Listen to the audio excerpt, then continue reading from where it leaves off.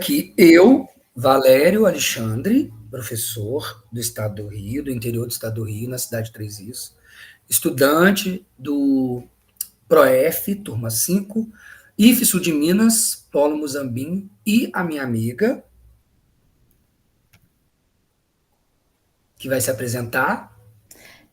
Boa noite, sou aqui com meu amigo Valério, sou a Daiane Damião, mestranda também do PROEF, IF Sul de Minas, professora do ensino médio do Sul de Minas Gerais, uma escola de ensino médio em tempo integral.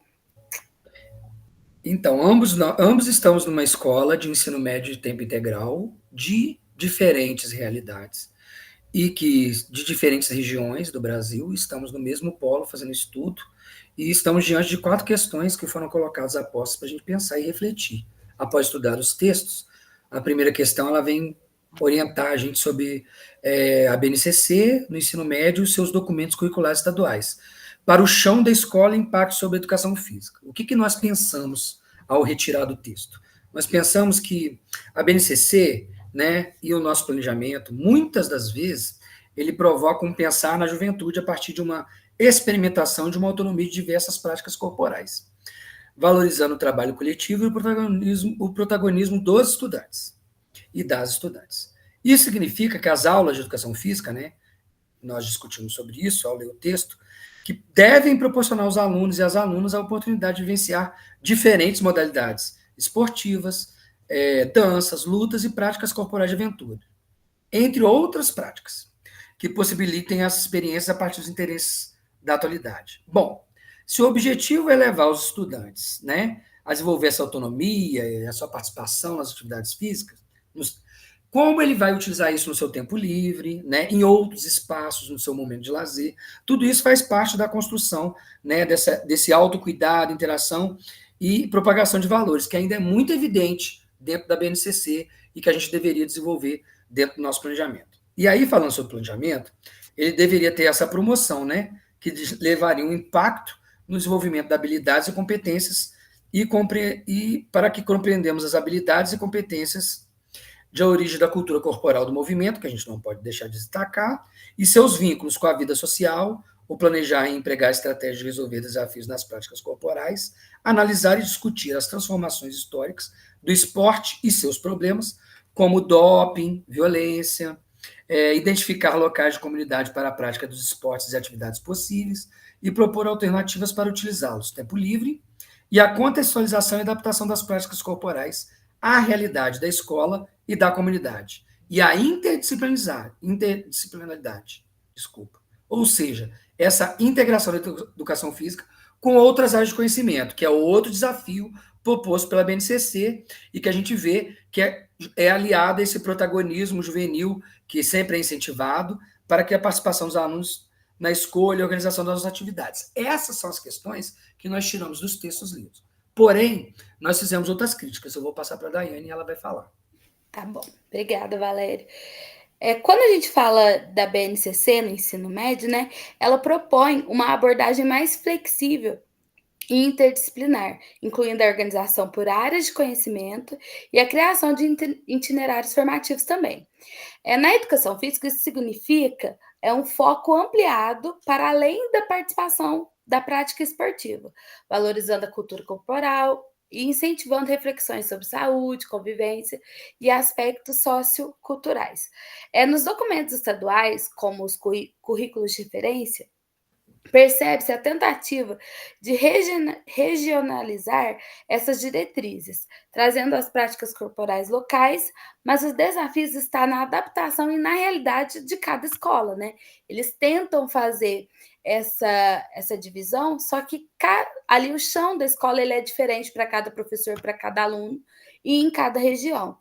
Professores muitas vezes enfrentam limitações de infraestrutura, carga horária reduzida e dificuldade de articular as práticas interdisciplinares. Né? Quais esses impactos, então? Temos a ampliação das possibilidades pedagógicas com uma exigência maior né, do preparo docente. Então, o docente ele tem que estar preparado para essas novas práticas, né? A necessidade de promover práticas inclusivas e reflexivas, indo além do esporte competitivo, e as dificuldades na execução em escolas com recursos escassos ou a falta de apoio para a formação continuada. Então, às vezes, a gente muito se fala da formação continuada, né? Só que qual o apoio que esse docente também, que esse professor da educação física escolar está tendo para buscar essa formação continuada, né? Para melhorar o seu trabalho. É isso. Você pode dar continuidade à segunda questão? Posso? Então tá bom. Obrigado. Agora a questão B, né? A segunda questão aqui para a gente refletir um pouquinho. Quais arranjos teóricos e metodológicos foram implantados frente à BNCC do ensino médio?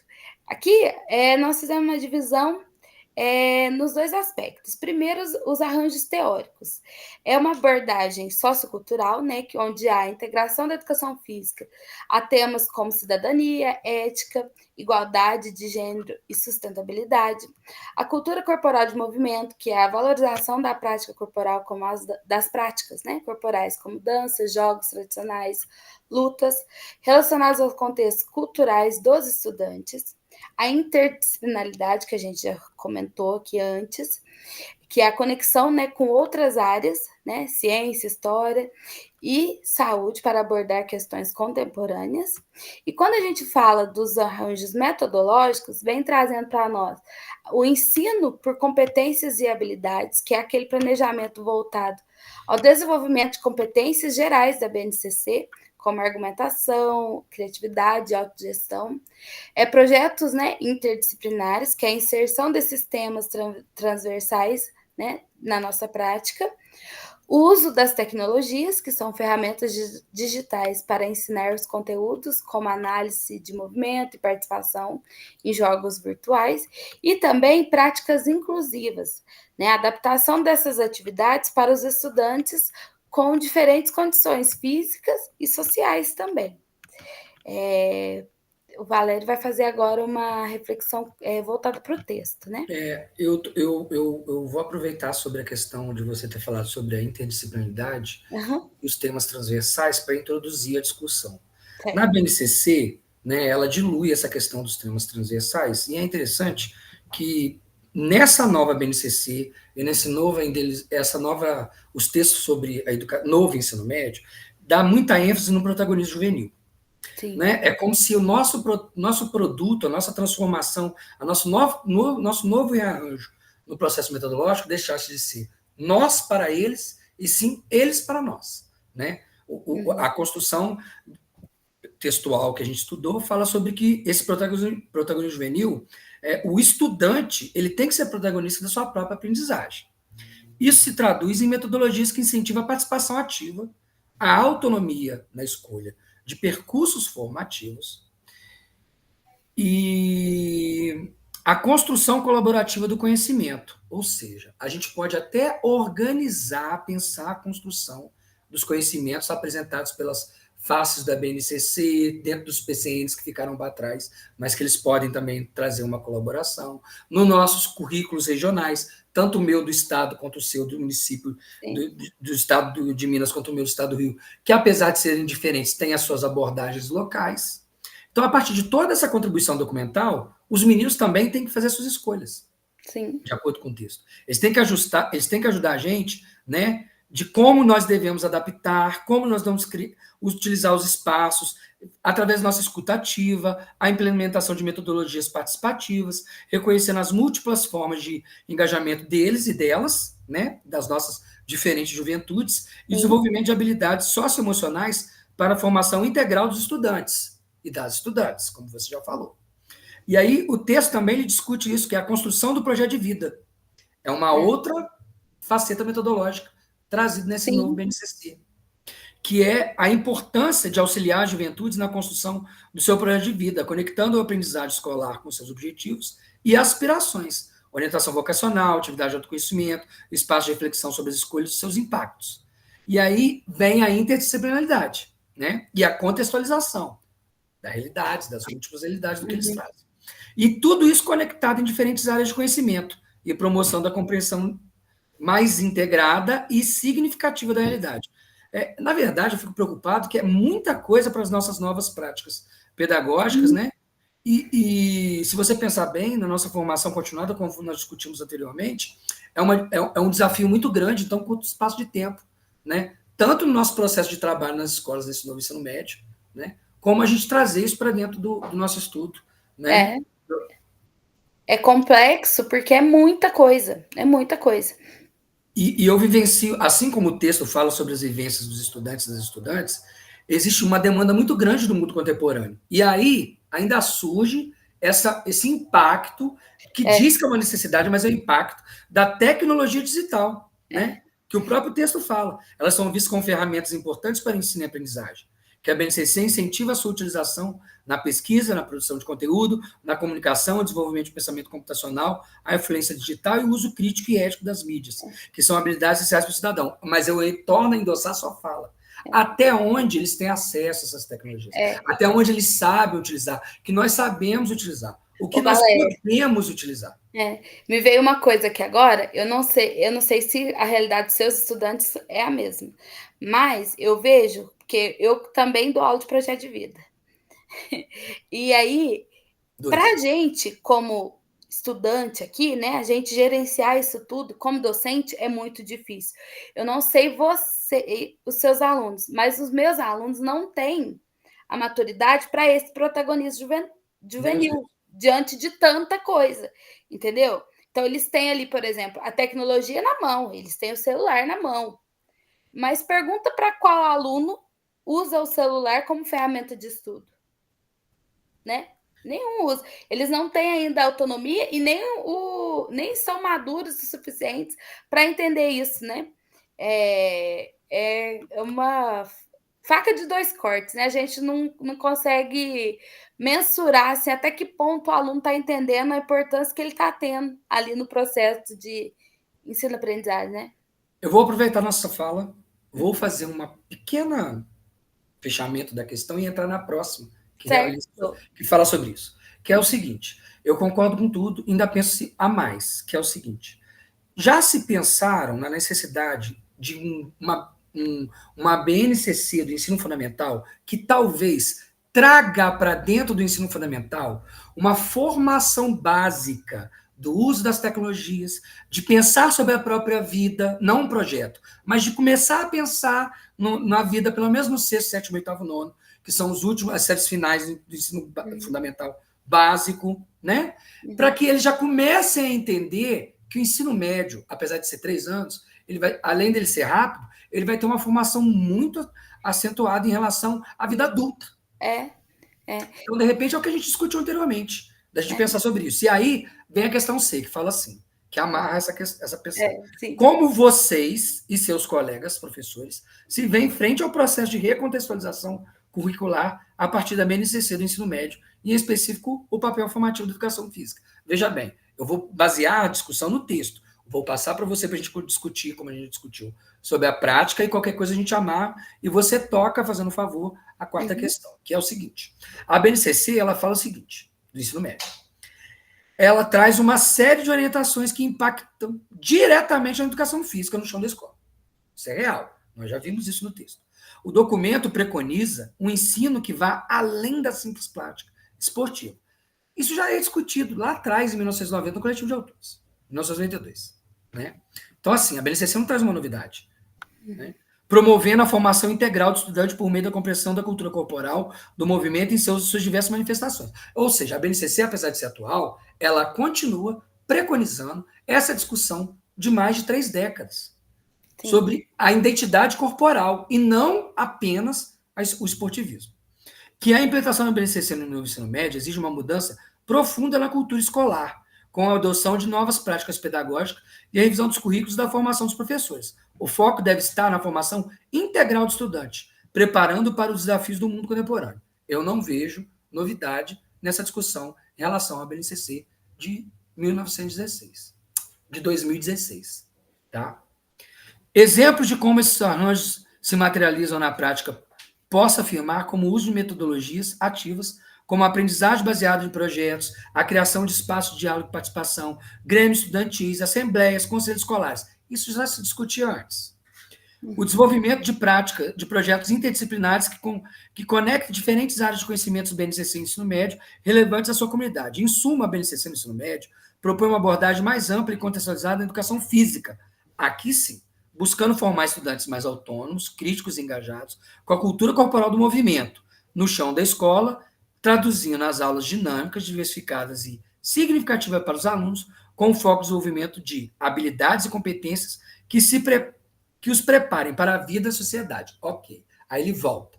Nesse caso, fazendo gancho no projeto Vida, no uso de tecnologias e na questão do protagonismo juvenil. Ok. São as novidades que são incluídas na educação física.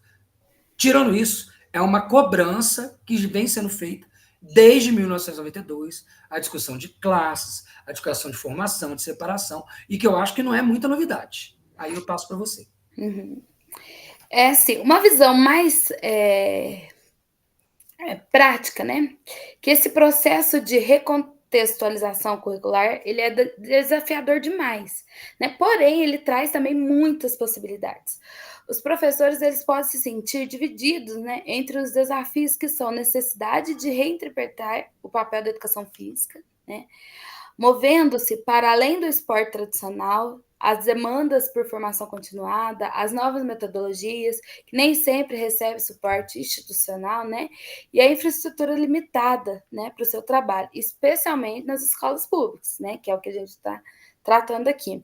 Entretanto, ao falar das potencialidades, podemos destacar a educação física como espaço para discutir questões sociais importantes, né? Como a inclusão, saúde mental e cultural, é a valorização da diversidade cultural por meio de atividades que explorem identidades e subjetividades juvenis, e também a integração com outros professores em projetos interdisciplinares, promovendo práticas mais significativas.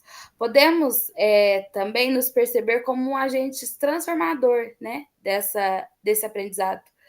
E para isso, necessitamos de apoio efetivo e formação e planejamento colaborativo. Nós precisamos sempre, né, de muito apoio da comunidade escolar para a gente conseguir realizar esses trabalhos. Então, ele é desafiador, sim. Muitas vezes nós somos mal interpretados, né? Não sei se conscientemente ou não, pelos próprios colegas de escola, que não veio potencialidade, né, em nosso trabalho. Isso dificulta e desmotiva também a docência na educação física escolar. Eu vou aproveitar a fala para pensar sobre isso e a gente já está na última questão, que é o seguinte: eu concordo com você e eu quero só ampliar um pouco, só ampliar essa fala no sentido de que é como se algumas áreas de conhecimento sempre foram mais valorizadas que outras. Mais importante, né? E como se o conhecimento científico, matemático, e como se o conhecimento escrito, e como se o conhecimento da área científica de produção de capital fosse mais importante do que a produção do ser humano, que é onde nós estamos encaixados. Né? Às vezes, muito mal interpretados, acharam que há tempos atrás nós estaríamos na área da ciência biológica, do corpo físico, da saúde. E não querendo descaracterizar essa área, mas a se apropriar dela e ir além. Né? Porque a saúde ela é muito mais que o corpo físico, ela é uma saúde integrada, uma saúde mental, psíquica, social, e que a atividade física, que a educação física, ela traz, junto com outras disciplinas do mesmo setor, como artes, como música, como outras, sociologia, filosofia, em contexto, o próprio projeto Vida que eles oferecem, né, que se trabalha de forma integral, vai desenvolver o humano, né? Vai colocar em prática os conhecimentos científicos e epistemológicos que estão sendo aprendidos em sala de aula, né? Vão reverberar fora nas suas múltiplas relações. Sim. E aí a gente assiste, né, que é a questão o documentário do Dia para Ser Feliz. Nós dois assistimos, eu acho que toda a turma assistiu, né, que está fazendo o setor do ensino médio, né, formação do ensino médio, né, e eles pedem para a gente comentar como a nossa escola, né, e como o nosso ensino médio pode pensar sobre essas subjetividades juvenis. Eu vou primeiro traçar um perfil do documentário, né, e a partir daí a gente dá uma discussão. Eu vejo que o documentário ele está preso a uma década bem anterior à nossa, e que ele expõe a realidade muito clara daquela época. né, que as escolas públicas brasileiras, principalmente de regiões periféricas do bolsão de pobreza onde não eram desenvolvidas, elas tinham uma realidade muito mais dura do que tanto nos ambientes onde tinham as classes ricas, quanto nas regiões brasileiras mais ricas, né, potencialmente desenvolvidas da época. E ele mostra, né, um avanço, porém, eu discuto que houve um avanço de investimento muito grande, isso é inquestionável, em estrutura, em produção, no próprio Fundeb, investimento para a base das escolas públicas de uma forma geral. Coisas Porém, básicas, né? Alimentação, né? Se a gente lembrar de como era, eu não faz tantos anos assim que eu formei o ensino médio, eu mas faço. mas a alimentação era totalmente diferente, E né? da minha época era bem mais diferente. Então, hoje os alunos em tempo integral, eles têm as 4 refeições do dia, né? Tudo com nutricionista, né? Tudo Existe balanceado ali. um suporte material mínimo, né? Sim, Não falta muita coisa, né? não, Material para poder produzir conhecimento, sim, salas de aula, as escolas tiveram uma melhoria muito grande, poucas são as regiões, pelo menos, diminuiu-se muito é, aquela realidade das escolas uhum, que são sim, apresentadas. Não acredito que tenha acabado, porque o Brasil é um continente, a gente tem é que lembrar, enorme, né? A gente não e a tem que política ficar, é muito regionalizada e é, diferenciada. Por exemplo, Três Rios, eu posso dizer isso, que Três Rios, mesmo no interior, estado do Rio, mesmo no interior, em Três Rios, tem um impacto muito grande com a produção de petróleo. Né?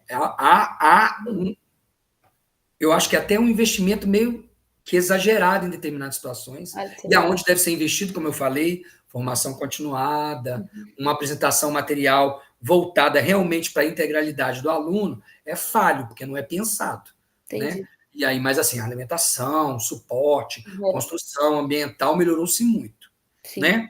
Mas mesmo com isso, eu vi que existe um enfoque, né? É,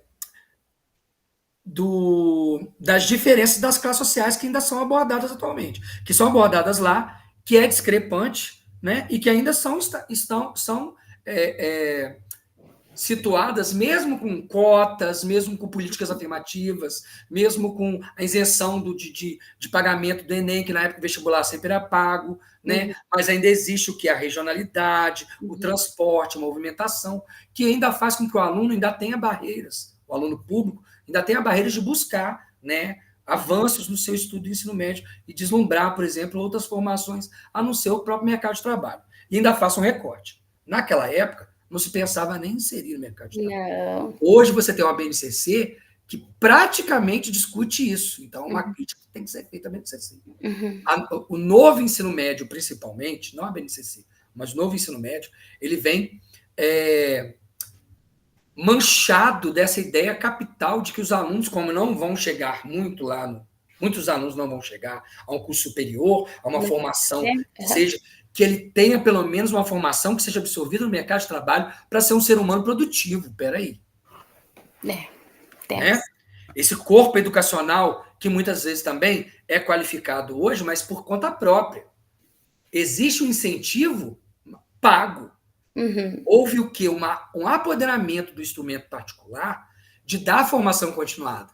As universidades públicas, elas continuam dando a graduação, o mestrado, o doutorado, uma especialização, mas o que ampliou-se no Brasil foi a formação continuada paga. Sim, Muitas delas à distância, precária, não tão baseado na nossa realidade, que muitas vezes o próprio professor ele busca aquilo para tentar buscar outras informações além do seu próprio esforço individual, de comprar um livro, de ler, de discutir com os colegas na sala de aula, quando dá tempo, que eu sei que você já falou isso, nossa carga de trabalho é extenuante, não temos tempo de planejamento real, não se pensa em fazer uma formação continuada adequada, para a gente pensar no nosso aluno, entender a vida do nosso aluno, a realidade do nosso aluno, que muitas vezes atrapalha não dadas as condições. Se você parar para pensar em outras instâncias educacionais que têm uma ampliação nesse pensamento e nessa realidade muito maior que a nossa, sim. muito diferente da nossa escola Uhum. pública de base. E aí, esse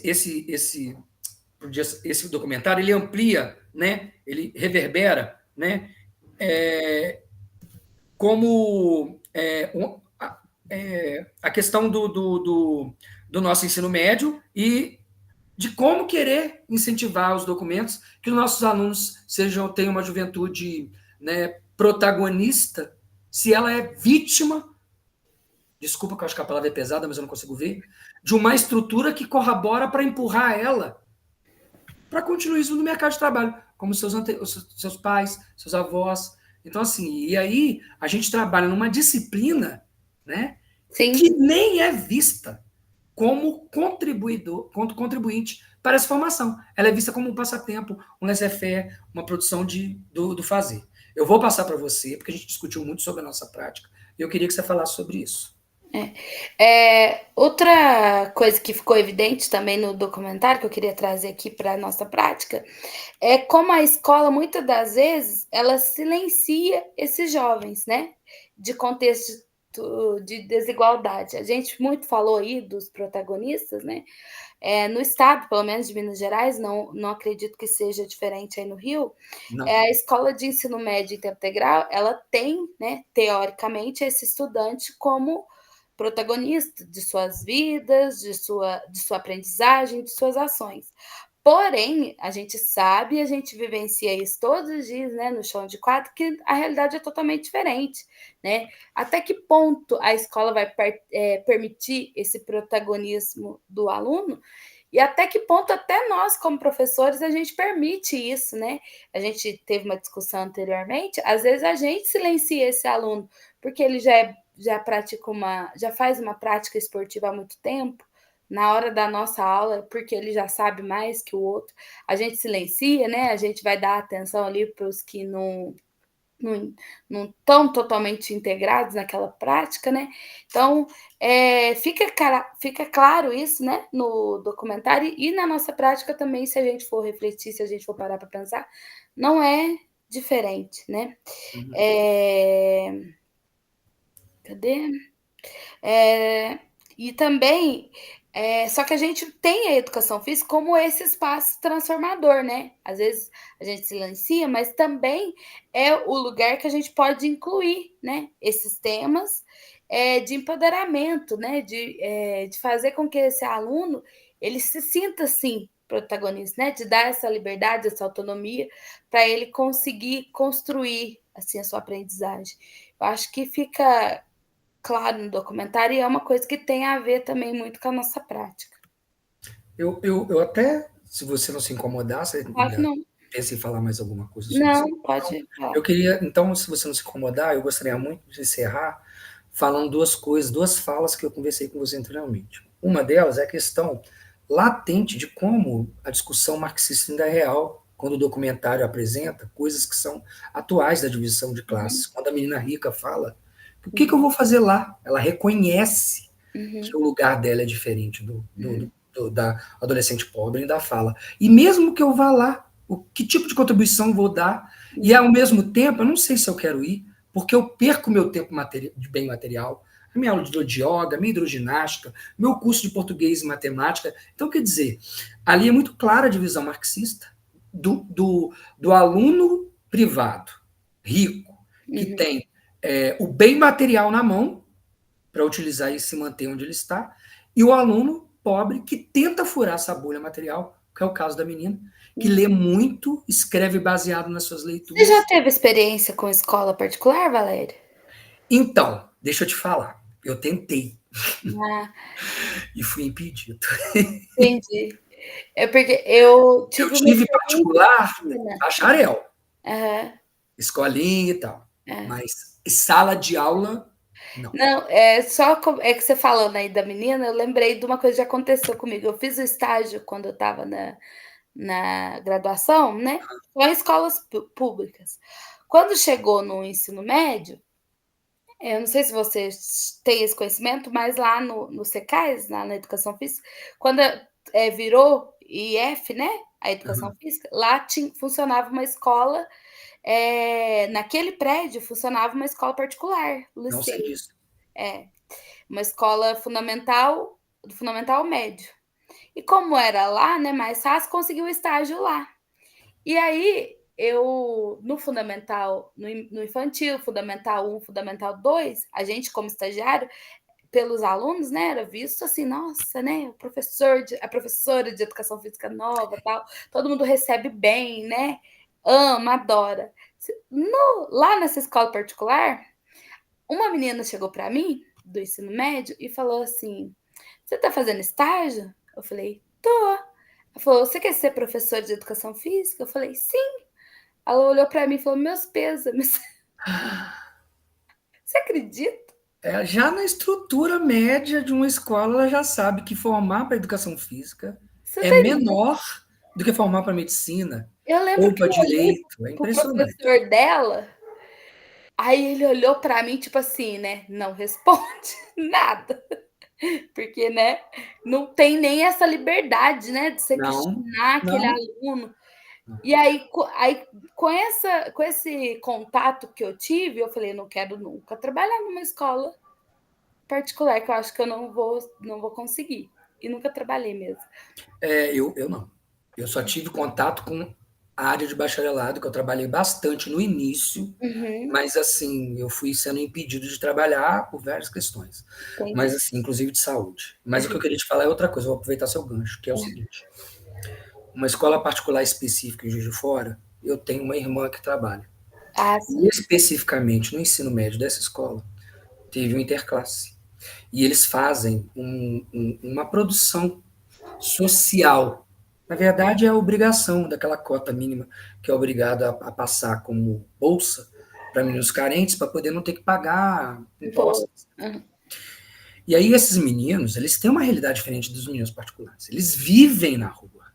A gente acredita que a urbanização impediu a gente de ter as crianças na rua, mas as crianças ricas e de classe média estão presas dentro das casas, dos apartamentos. Mas Uhum. as crianças de várzea, elas estão na Tá rua. na Até rua. porque quem está cuidando delas? Porque as mães e os pais estão Tá trabalhando trabalhando, na é. casa dos patrões, no trabalho dos patrões. Elas Uhum. estão por si só e pelos mais velhos que cuidam dos mais novos. Então, a experiência motora delas, a vivência motora é muito grande. Então, quando vai para o interclasse, a habilidade motora deles é maior. Então, Sim. mesmo que eles não tenham tido a mesma produção educacional que a instituição apresenta, os meninos que vieram de escola pública, A ga querendo ou não, têm bagagem habilidades e mo capacidades maiores para determinadas atividades esportivas do que os outros. Bom, bagagem motora totalmente já diferente. sabemos o que vai acontecer nesse processo. Nesse processo, algumas mães e pais permitiram que os seus filhos da escola levassem camisas escritas assim: pelo menos o meu pai tem condição de pagar. Então, assim, a própria produção social já mostra, você pode ser melhor no futebol, mas aqui, ó, quem paga sou eu, Sou eu. certo? E isso mostra muito a realidade faz link com esse vídeo. E eu Uhum, queria fechar com uma outra discussão de estudo nosso, que a gente fala demais de Paulo uhum, Freire dentro do nosso estudo, dentro desse processo do ProF, e eu não queria deixar de fora a fala daquela menina, que quando ela fala assim, e é difícil, porque os teus professores não acreditam que sou eu que estou escrevendo. Eles acham que eu estou copiando de um lugar. E eu penso muito naquela questão do opressor e do oprimido. uhum. Então, assim, talvez o link da BNCC, dessa questão do protagonismo, seja essa. Seja um pouco dessa fala do Paulo Freire, quando ele fala assim: o oprimido, ele pode, é ruim quando no processo de apoderamento desse saber, ele se torna opressor. Sim. E aí, talvez, esse caso da gente dar condições a protagonista é da gente se perceber, quando se fala sobre horizontalidade, e eu fui muito criticado numa das nossas aulas sobre isso, e eu não tive possibilidade de explicar, a Uhum. horizontalidade não é você deixar de ser professor, é você perceber, neste momento, que o aluno também produz, É, olhar de igual para igual, né. né? Do que ele está trazendo, que de repente é o que ele sabe, melhor do que ele tem. E aí, assim, quando eu falo, não, eu não quero te ouvir, eu não quero ver você fazer, eu não quero mostrar. Você não fez isso, você tirou isso de algum lugar. Eu estou sendo o opressor. Quer dizer, Sim, eu absorvi esse conhecimento e ele é absoluto. E quem é o outro para poder dizer para mim que ele sabe alguma coisa que vai contribuir? Não é que ele saiba mais, mas que ele saiba algo algo além do que está sendo proposto no grupo ele quer trazer. E aí, provavelmente, isso promove, né? Esse, essa projeção que a BNCC está querendo dizer e que talvez o, o Daiane, nós dois e o resto da turma tenhamos lutado para tentar entender desde o início desse ProF sim, e que a gente está tendo ainda muita dificuldade em desenvolver ele na nossa prática, porque sim. vai ser difícil de mudar, não vai ser de uma noite para o dia. Então eu encerro a minha fala aqui. Aham. vou passar para você. Não, eu acho que é isso também, é um processo, né, de todo dia ressignificar, né, o que a gente está vivendo, o que a gente está fazendo, o que a gente está aprendendo, o que a gente já fez, né, é um processo dia a dia. Eu confesso que, por mais que você sempre fala, né, a formação é diferente, eu estou aprendendo muito nesse ProF, coisas e refletindo muito sobre a minha prática. E fiquei decepcionada várias vezes comigo mesma, né? Outras vezes falei, nossa, bacana, estava no caminho certo. Então, eu acho que é um processo e a gente buscou para isso, né? Porque eu acho que se tivesse tudo legal, a gente não teria buscado. Mas acertar mais que errar, né? É, Eu sim, acho que a gente, no nosso trajeto, o é, acertar mais que errar. a De gente quer repente, isso. o erro poderia ter sido evitado se a gente tivesse estudado um pouco Sim, mais sobre sim, isso. Mas, sim. assim, eu estou muito agradecido pela experiência, tá? É. Eu E também fiquei muito feliz. uma boa noite. Boa Eu vou noite. cortar a gravação agora. Quarta.